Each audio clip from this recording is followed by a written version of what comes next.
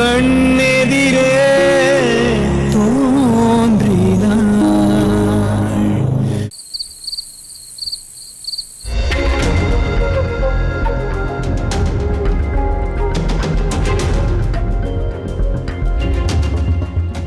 காயத்ரி, எழுந்திரி எழுந்திரி. என்னம்மா ஆச்சு உனக்கு? இந்த வீட்ல கொஞ்சமாவது நிம்மதியா இருக்கிறதே தூங்குற டைம் மட்டும்தான். அது கூட உனக்கு பொறுக்கலையா? ஏண்டி, உனக்கு கொஞ்சமாவது அறிவு இருக்கா இல்லையா? என்னாச்சுமா? எதுக்கு இப்படி திட்டிட்டு இருக்க? இங்க பாரு காயத்ரி, அம்மா கறி நான் இங்க இருக்கேன்னா அதுல ஒரு அர்த்தம் இருக்கு. காலம் போன கடைசியில உங்க அப்பாவோட சண்டை போட்டு இப்படி தனியா வந்து படுத்திருக்க. ஆனா இந்த வயசுல நீயும் என்ன மாதிரி இருக்கணுங்கிறது உனக்கு என்ன தலையெழுத்தா? ஏய், இப்பதான் உனக்கு கல்யாணம் ஆயிருக்கு. சின்னஞ்சிறுசுங்க எல்லாம் இப்ப ஒன்னாதான் இருக்கணும். இப்படி ஒவ்வொரு விஷயத்தையும் உனக்கு சொல்லி சொல்லி புரிய வைக்கணுமா காயத்ரி? ரெண்டு பேருமே உருகி உருகி உயிருக்குற காதலிச்சிங்கல்ல, இப்ப என்னமோ பிடிக்காத மாதிரி ஆளுக்கு ஒரு பக்கமா மூஞ்சி தூக்கி வச்சிட்டு இருக்கீங்க. இங்க பாரு, ரெண்டு பேர்ல யார் முதல்ல இறங்கி போய் பேச போறீங்கிறது தான் பிரச்சனையே. நமக்கு காரியம் ஆகணும்னா நம்ம தான் முதல்ல போய் பேசணுமா? நீ பேச போனா மிஞ்சி மிஞ்சி அந்த தம்பி என்ன பண்ண போறாரு? 2 வாட்டி 3 வாட்டி அசிங்கப்படுத்துவாரு, இல்லனா எல்லாரும் முன்னாடியும் திட்டுவாரு. அது எல்லாத்தையும் சமாளிச்சு வாழ்றது தாண்டி வாழ்க்கை. இங்க பாரு, நீ முதல்ல சந்தோஷம் உங்களை போய் படு. அங்கெல்லாம் வேண்டாம்மா, என்ன விட்டுருங்கம்மா. இப்போதைக்கு நான் தனியா இருக்கிற மைண்ட் செட்டுக்கே வந்துட்டேன். இங்க பாரு காயத்ரி, அம்மா நான் சொல்றேன்ல, வாழ்க்கையில இதுக்கப்புறமாவது நான் சொல்ற பேச்சை கேட்டு உருப்புடுற வழிய பாரு. எழுந்திருச்சு போ, போன்னு சொல்றேன்ல, போ.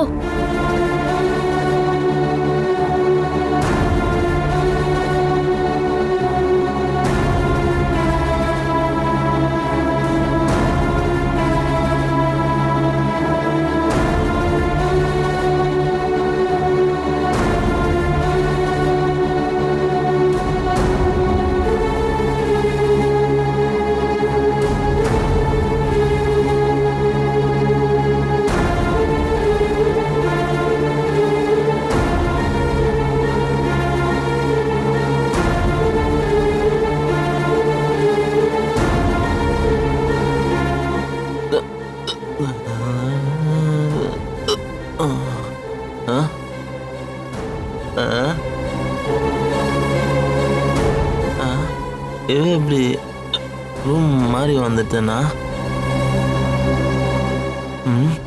என் ரூம் தானே இது. ஏய் எந்திரி, ஏய் எந்திரி, எந்திரி.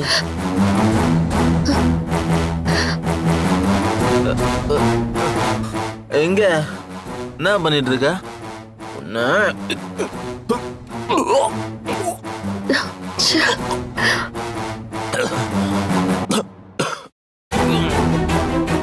எப்படி அடி இங்க உள்ள வந்த? உன்னை போட்டணும்.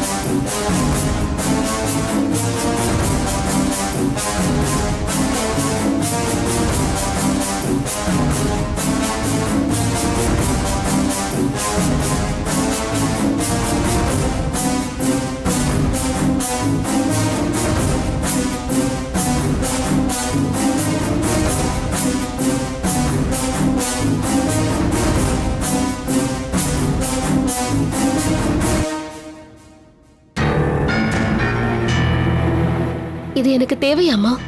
இதுக்கு தான் நான் இந்த ரூம் பக்கமே போக மாட்டேன்னு சொன்னேன். இந்த வீட்ல நான் வாழ வந்த மாதிரி எனக்கு தோணலம்மா. என்னை இப்ப விட்டாலும் நான் இங்க இருந்து கிளம்பி போற மைண்ட் செட்டுக்கு வந்துட்டேன்.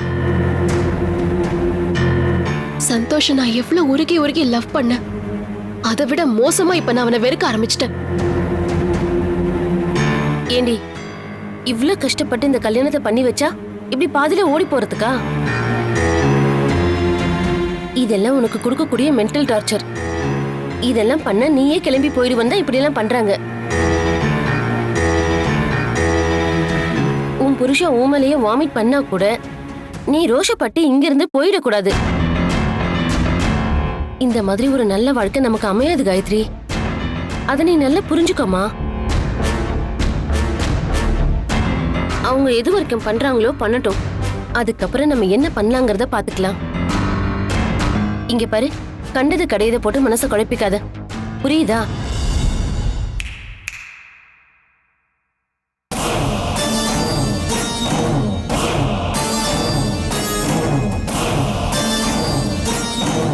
என்னடி நல்ல ஜாலியா வாழலான்னு வந்த, ஆனா இங்க என்னடானா வாமிட் பண்ணதெல்லாம் தொடக்க வைக்கிறானேன்னு பாக்குறியா? கல்யாணம் பண்ணா எல்லா கன்றாவியும் பண்ணிதானே ஆகணும். இதுக்கே இப்படி அழுத்துக்கிறியே, இதெல்லாம் வெறும் ட்ரெய்லர் தான். இனிமே அடுத்து என்ன நடக்க போகுதுன்னு பார்க்க தானே போற.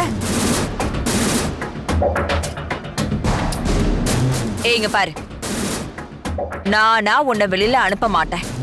ஆனா நீயே இந்த வாழ்க்கை வேண்டாம், இப்படிப்பட்ட புருஷன் வேண்டான்னு துண்ட காணோம் துணிய காணோன்னு இந்த வீட்டை விட்டு நீ ஓடுறியா இல்லையான்னு மட்டும் பாரு.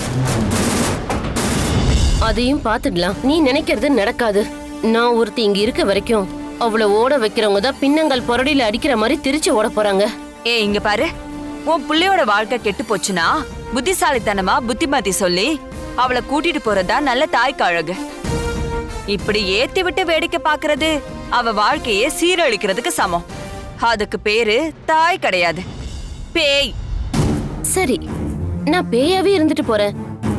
ஆனா பேய் என்ன பண்ணும் தெரியும்ல? பயமூர்த்திய சாகடிக்கும், பாத்துமா? பேய பார்த்தாலே எல்லாரும் பயந்து சாவாங்க. அதே மாதிரி என்ன பாக்குற ஒவ்வொரு நிமிஷமும் நீங்க பயந்து சாகல, என் பேரு லட்சுமி கிடையாது. அதையும் தான் பாத்தரலாம். யார் யார வெளியேத்த போறா, யார் யார காலி பண்ண போறாங்கன்னு பாக்கதானே போற. இத பாரு, இன்னும் ஒரே வாரத்துல நீயே உன் பொண்ணு கைய பிடிச்சு இந்த வீட்டை விட்டு வெளியில கூட்டிட்டு போக வைக்கல, என் பேரு இந்து இல்ல.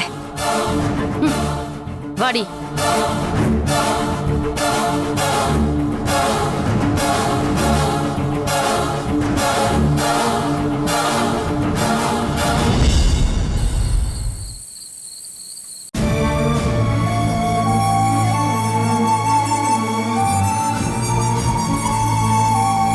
இன்னும் சொல்ல போனா நம்ம குடும்பத்துல இருக்கிற எல்லாரையும் விட சக்தி ரொம்ப நல்லவ.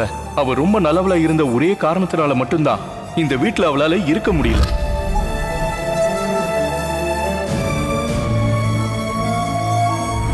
சிவா, உண்மையிலேயே நீ தேவையில்லாம சக்தியை பத்தி தப்பா புரிஞ்சிட்டு இருக்க. இப்ப மட்டும் இல்ல, எப்பவுமே நீ அவளை சரியா புரிஞ்சுக்கல.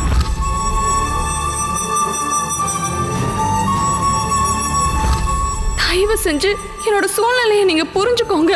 உங்களை கையெடுத்து கும்பிட்டு கேட்டுக்கிறேன். Please Siva sir.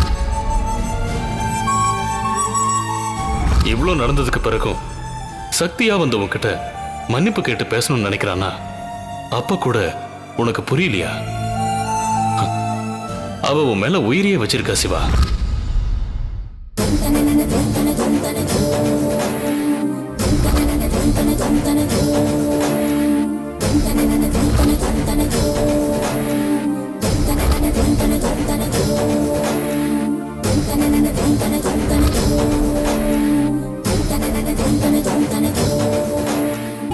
யார் செஞ்சது தப்பு, யார் செஞ்சது சரின்னு ஒண்ணுமே புரியல. நடக்கிற எல்லாத்தையும் பாக்குறப்போ ஏதோ கண்ணை கட்டி காட்டுல விட்ட மாதிரி இருக்கு. பூமி மாமாவும் என்னோட அப்பாவும் சொல்றதை கேட்கிறப்போ சக்திக்கு நான் தான் மிகப்பெரிய துரோகம் பண்ணிட்டேனோன்னு எனக்கு தோணுது.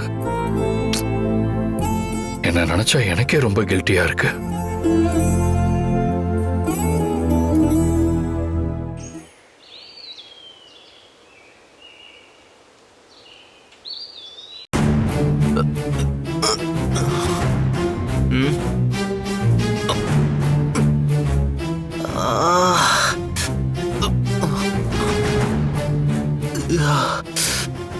ஷப்பா முடியலடா. குடிச்சாலும் பிரச்சனை, குடிக்கலனாலும் பிரச்சனை. போத தலைக்கேறி தலைவலி வேற உயிர் போகுது. ஐயோ, என்னால சுத்தமா முடியல.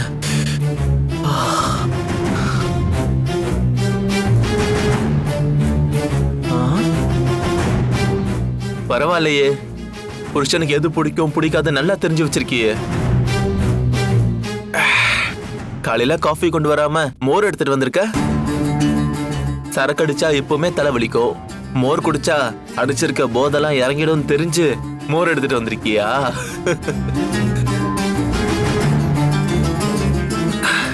எனக்கே தெரியாம சைட்ல ஏதாவது பழகி வச்சிருக்கியா என்ன?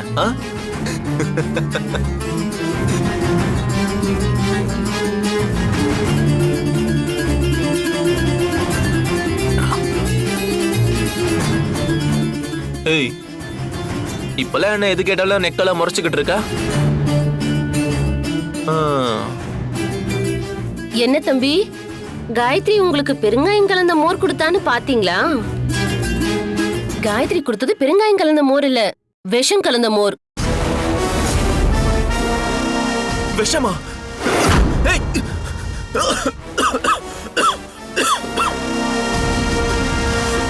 வேற என்னென்ன பண்ணி வச்சிருக்கீங்க? நேத்து நைட்டு குடிச்சு வாமிட் எடுத்து என் புள்ளைய துடைக்க வச்சு கழுவ வச்சீங்கல்ல. நீங்க பண்ற டார்ச்சர்லாம் பார்த்து என் பொண்ணு அப்படியே ஓடி போயிருவான்னு எதிர்பார்த்தீங்களா? உங்க அம்மா உங்களுக்கு ஒரு பிளான் கொடுத்து அப்படி எல்லாம் பண்ண சொன்னாங்க. நான் இவளோட அம்மா, இதெல்லாம் வேடிக்கை பார்த்துட்டு சும்மா இருக்க மாட்டேன். உங்களுக்கு எல்லாம் கொஞ்சமாவது அறிவு இருக்கா?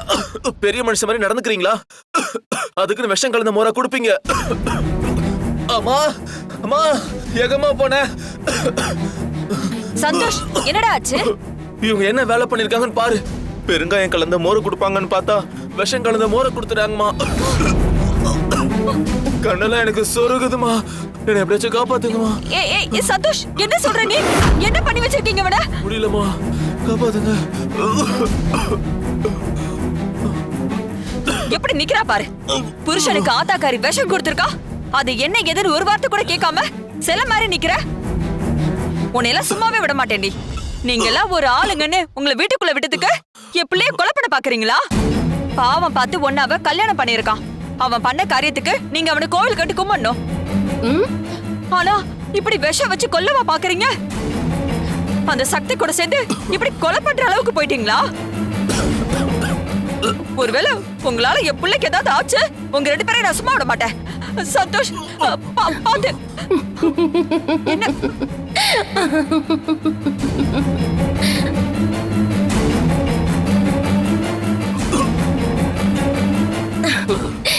என்ன மாப்பிள்ள, நான் சும்மாதான் விஷம் கலந்திருக்குன்னு சொன்னேன்.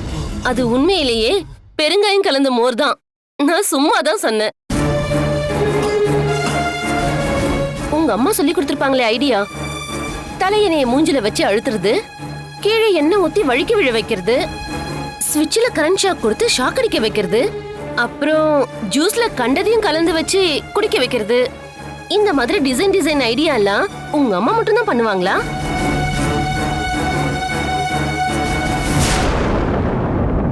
உங்க அம்மா படிச்ச ஸ்கூல்ல நான் சீனியர்.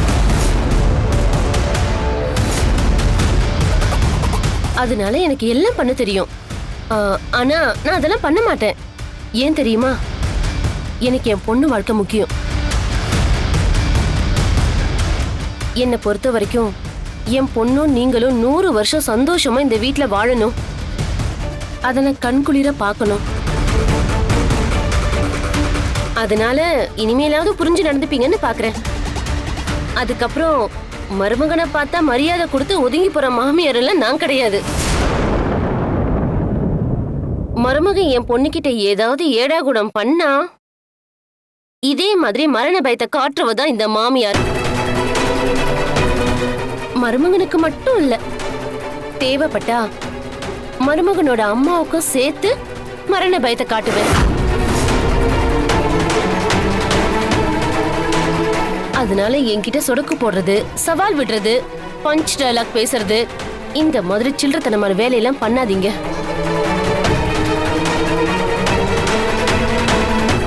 அதுக்கு மீறி பண்ணீங்கன்னா அதோட விளைவுகள் ரொம்ப பெருசா இருக்கும்.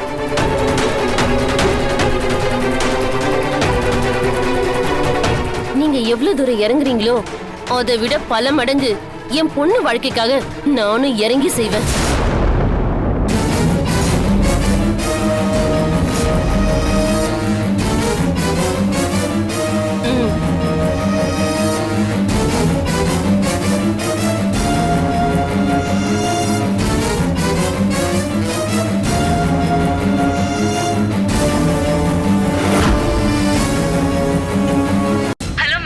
ஹலோ, சொல்லுங்க.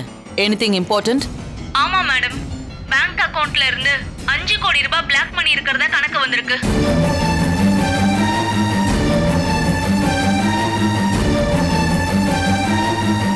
என்ன சொல்றீங்க? ஆமா மேடம், அது உங்க கணக்குலயே வரல.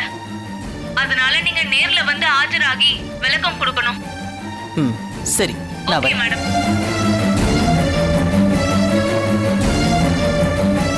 ருத்ரா, என்னாச்சுமா? போன்ல யாரு? ஏன் இவ்வளவு டென்ஷனா இருக்க? ஏதாவது ப்ராப்ளமா? ஆமாங்க, பெரிய ப்ராப்ளம் தான். பேங்க்ல இருந்து கால் பண்ணாங்க. சரி, அதுக்கு எதுக்கு இவ்வளவு டென்ஷனா இருக்க? இல்லங்க, நம்ம இன்கம் டாக்ஸ்ல கணக்கு காட்டாத 5 கோடி ரூபாய் பணம் கம்பெனி பேங்க் அக்கவுண்ட்ல இருக்குன்னு ஐடில இருந்து ஃபோன் பண்ணி விசாரிக்க சொல்லியிருக்காங்க. அதுக்கு ப்ராப்பரான கணக்கு இது வரைக்கும் காட்டாததுனால அந்த 5 கோடி ரூபாயையும் பிளாக் மணியா கன்சிடர் பண்ணிருக்காங்களாம். என்ன? அதுக்கு எக்ஸ்பிளனேஷன் கேட்டு ஆஜராக சொல்லியிருக்காங்க.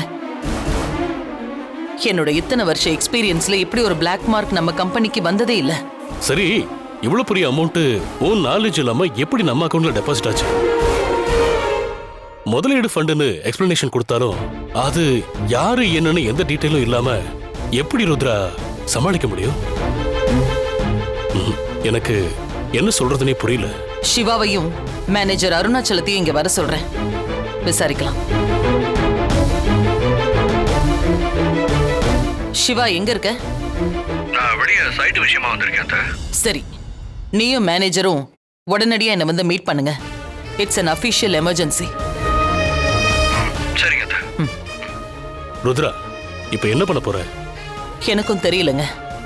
சிவாவும் மேனேஜர் அருணாச்சலமும் வந்தாதான் நமக்கு ஒரு கிளாரிட்டி கிடைக்கும்.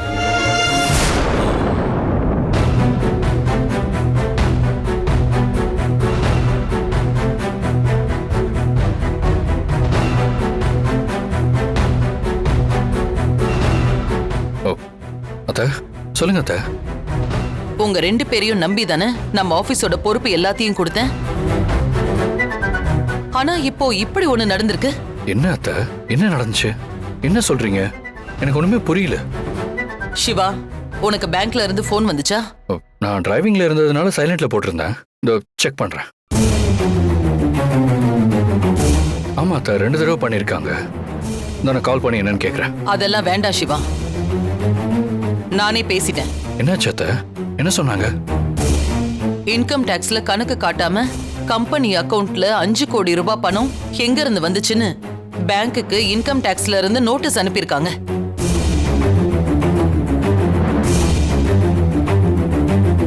என்கிட்ட எக்ஸ்பிளனேஷன் கேட்டிருக்காங்க.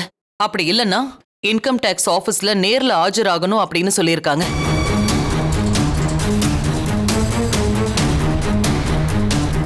மேடம், ரீசெண்டா நம்ம அக்கௌண்ட்டுக்கு வந்த பெரிய அமௌண்ட்னு பார்த்தா அது கிளையண்ட் அகர்வால் கொடுத்தது தான். அதை நான் தான் பேங்க்ல போய் டெபாசிட் பண்ணேன். எப்படி நீங்க அப்ரூவ் பண்ணீங்க? யார் மூலமா அந்த கிளையண்ட் வந்தாங்க? அத்தை, நீங்க ரெஃபர் பண்ணதா சொல்லி அனிதா தான் அந்த கிளையண்ட் ஆபீஸ் கூப்பிட்டா.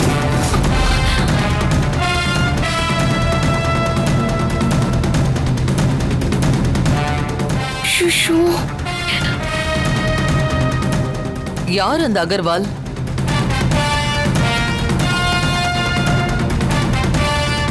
நான் அந்த அகர்வாலை ரெக்கமெண்ட் பண்ணியிருந்தா முதல்ல உனக்கு தானே நான் இன்ஃபார்ம் பண்ணியிருப்பேன் சிவா. அப்படியே இருந்தாலும் கிளையண்ட் கொடுத்த பணம் எப்படி அக்கவுண்ட்ல வராம பிளாக் மணியா போகும்?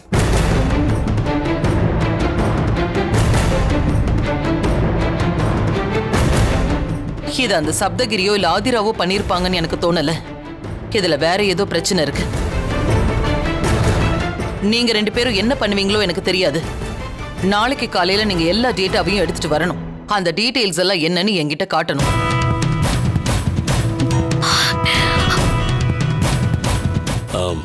ருத்ரா, இதை என்னன்னு சிவா பார்த்துப்பா. நீ கொஞ்சம் ரிலாக்ஸா இருமா. இல்லங்க, இதை அப்படியே விட்டுட முடியாது. இது என்னோட கௌரவ பிரச்சனை. இதுல நான் உடனே தலையிட்டு சரி பண்ணலன்னா ருத்ரா குரூப் ஆஃப் கம்பெனிக்கு பெரிய பிளாக் மார்க் ஆயிடும். இதை நாம இம்மீடியட்டா கிளியர் பண்ணி ஆகணும். அகர்வால்னு சொல்லிட்டு வந்தது உண்மையிலேயே யாரு?